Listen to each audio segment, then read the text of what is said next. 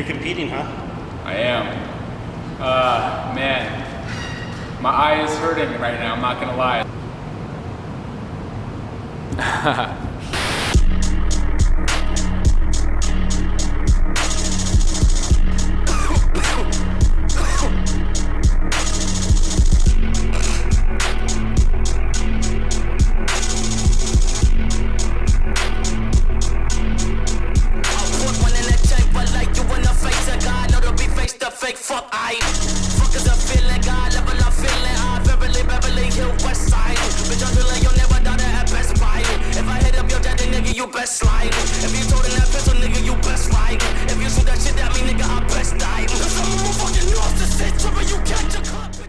What is up, YouTube? Little C-bum intro. It's your boy, Jayrocklifts. I am 77 days out to be exact for my first ever natural competition, so I'm hyped as hell. Number one, I want to document this. You know, I want to show my kids this and my grandchildren this. Like, you know, I used to compete. I used to be a bodybuilder. Like, this was your dad back in the day. And second of all, I want to, you know, help you guys out. This video is going to be about, like, should you compete or not? It seems like everybody and their mom is competing these days, so, you know, is it right for you? And just throughout this series, you know, I want to be able to teach you guys and inform you guys as much as possible about, like, what it takes, you know, how many calories you should be eating, what the nutrition plans look like, what does the training plan look like. So everything start to bottom, bottom to top or top to bottom, however you want to say it. So yeah, 11 weeks out, and yeah, we're gonna get into it.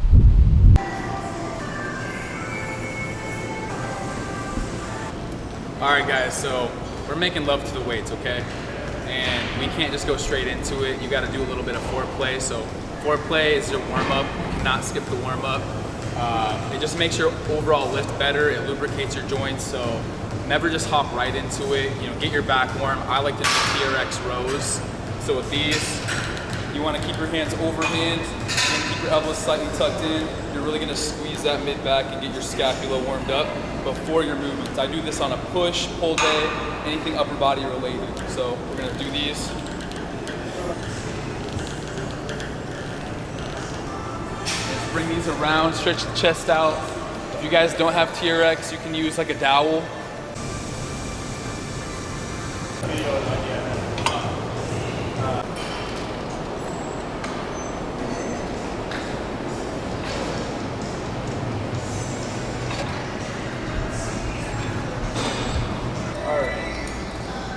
So this one, I've got it set up about hand height.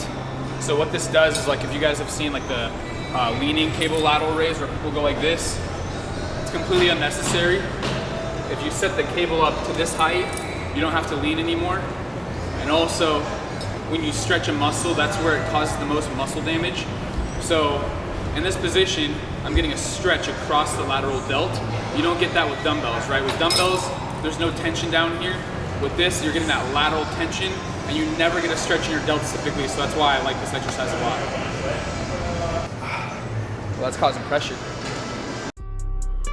Yo, nigga talking about, who do I trust? Who do I trust? Who do I trust? Who do I trust? Who do I trust, yo?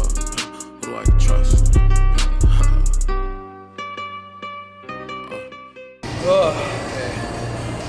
Oh shit. The downside here is I cannot brace too hard. So anything like a deadlift or a squat, even this is slightly sketchy because if I have to hold my breath and hold, I can feel that pressure. So yeah, honestly, my shoulders are looking pretty full right now, but to give you guys a real story, I'm pitching softballs to my dad for his birthday. And of course he hits a line drive straight to my eye. I turn around after it clocks me and I look towards the ground. There's just blood, water falling on the ground. First thing I think is, I just lost my eyeball. Turns out my eyeball is still here, obviously, but I could not see out of it when I got to the hospital, so they sent me to Harborview. If you live in Washington, you know it's like the worst hospital to go to. Luckily, once I got there, my vision came back completely. But obviously I've got fractured orbitals, so it's really sensitive. But shit's crazy, man. It makes you think. I mean, if I was blind in one eye, like, there's just so much I haven't seen yet.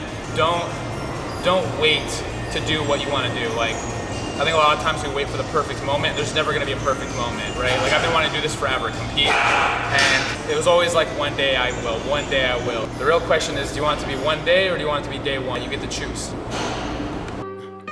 Who do I trust? I don't know. You a hoe, little hoe. Who do I trust? Yo, who do I trust? I trust myself, and that's gonna be the only thing. Who do I trust? I trust myself, and that's gonna be the only thing. Who do I trust? I trust myself, and that's gonna be the only thing. Also, big mistake on incline dumbbell press is flaring wider. You may feel it more, like you may feel more of a pulling on your chest, but it's actually not in line with your upper chest fibers. So you want to tuck your elbows in about like a 45-degree angle when you're doing this. Not to mention it's safer on your shoulder. Keep a beam, I keep that shit up in my belt. No, bitch, I don't need no help. I do that shit myself. When I walk around like I'm a god, cause of hell. Why the fuck must I lie? I know that shit very well. I'm in your block, I'm in your mama house. She gon' suffer clout. You dirty hoe, you dirty slut. I swear to God, you fuck. I always do a warm-up set, pretty much in every single lift. Not because I'm not warm, but because I want to get the movement pattern and the technique down before I throw on heavy load, really get that mind-muscle connection. So I did a plate on the dip machine to feel my triceps contract. Now that they're warmed up and I've got blood in there, I'm going to do a heavier load. I'll feel it more, I'll get more stimulus to the targeted muscle. If I see you in the streets, I know what I'ma do, just wait. And everything I fucking do, I kill these niggas in my way. Niggas talking, bodies flopping, snitches fucking MIA. Who do I trust? I trust myself, and that's gon' be the only thing. Who do I trust? I trust myself, and that's gon' be the only thing. Who do I trust? I trust myself, and that's gon' be the only thing. Keep a toolie, keep a beam, I keep that shit up in my belt. Ricky Owens. A lot of people do cable flies. They set it up here, they step forward, do it like this. Still engages your chest, but the way I'm doing it is I'm setting up from a high angle. I'm still hitting my mid-chest, but since my leverage is now down like this, balance is no longer an issue, stability is no longer an issue. I can move a lot more weight from that position than from a standing position, because if it's too heavy, you're gonna rock back and forth. You're not gonna get the best chest contractions. Lead back with your elbows. If you go out wide like this, you're really stretching and working your bicep more. If you're bringing your elbow back at more of like a 90-degree, you're stretching your chest, and then you're imagining you're hugging a tree, fully extending, getting that full contraction in your chest. So. She fell in love with me, but I can never love no fucking tree. I'm in the store, I'm with my bros. I'm in my jacket, pistol packing. I keep it on the low. I call my plug. All right. Now what you guys have all been waiting for is, you know, should you compete? I think there's a checklist. Number one is you gotta love the sport, you gotta love to work out, because that's the only thing that I think is gonna get you through a prep, because things are gonna get hard. The only upside to doing a show is compliments. Everything else is a downside. Even me, who loves it, questions myself sometimes during this process, saying, is this even worth it? And I'm not even 15, I'm pretty much like 15 days into it, okay? I've been super lean before, so I know what it's like. The first thing is you need to make sure that you're in the correct metabolic position to then embark on a prep journey. And what I mean is, if you're consuming 2,000 calories a day, you have a decent amount of body fat, and you're doing cardio 6 times a week for an hour, you are not in a position to go into a bodybuilding prep, right? To get super lean, you need to be in a position where you're eating a lot of calories and not doing a whole lot of activity, because you can manipulate those variables, right? If you're eating 4,000 calories and you're doing no cardio, all you gotta do is cut a little bit of calories, increase a little bit of cardio, and your body's gonna respond, it's gonna get leaner. So number one, get yourself in metabolic positioning to then set yourself up for a successful diet. I've seen competitors, I've even had clients, because I'm a personal trainer, have a hard time losing body fat because they're starting from rock bottom. You need to climb that mountain before you go back down, right? The second thing is, you know, have years of training under your belt.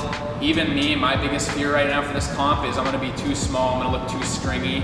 That's a real fear of mine, especially since with my eye, and I didn't mention my knee is kind of bugging me too, is I'm just not gonna have a perfect prep. I had all my ducks in a row, you know, shit went sideways. My biggest fear is I'm gonna come on stage, I'm not gonna look very impressive. So if you are only 160 pounds, 170 pounds, and like you're 5'11", I would not recommend it. You know, I would say put on more size before you do it. Also, I didn't really mention my stats right now. I'm weighing in at about 190 and I'm 5'11", just to give you guys insight. That's the second thing, is have the years of training under your belt. And the third thing, if you're looking to compete, is understand all the side effects. You're gonna be hungry 24/7.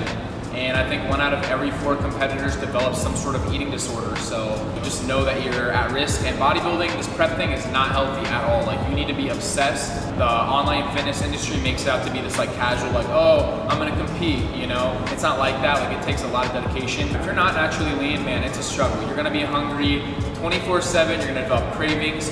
All you can think about is food all the time. So that's the first thing. Second thing is, when you get lean, you're gonna be cold 24/7. It'll be the middle of summer and you'll feel like you're getting frostbite. I shit you not. The third thing is your strength is gonna plummet. You're gonna have body dysmorphia. We already have body dysmorphia as it is, but it gets 10 times worse the leaner you get. Personally, for me, I have massive mood swings. I'll even have like mild depression. I just get in my own head. It does those things to you. So these are things that I think a lot of fitness influencers and people generally don't talk about when it comes to competing. Like, you need to have a very strong why. Yeah, it's extreme. You're essentially, it's like glorified starving. You're starving yourself to get as lean as possible, and your body's gonna do everything it can to fight you. Yeah, if you're wanting to compete, you need to check off all those boxes, be aware of everything that comes along with it. But yeah, I'm doing it to myself, and yeah, wish me luck. My goal is to put out a video every week.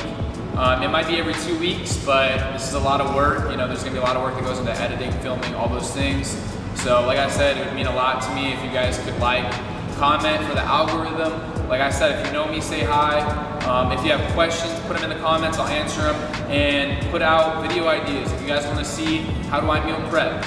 You know, what's a full day of eating? Maybe like a vlog type of thing, like a day in the life. Or, you know, me breaking down training. Like, maybe I could do like a whiteboard type video where I break down everything I do, sets, reps, all of it. Leave a comment. And that's all I got for you guys. Until next time.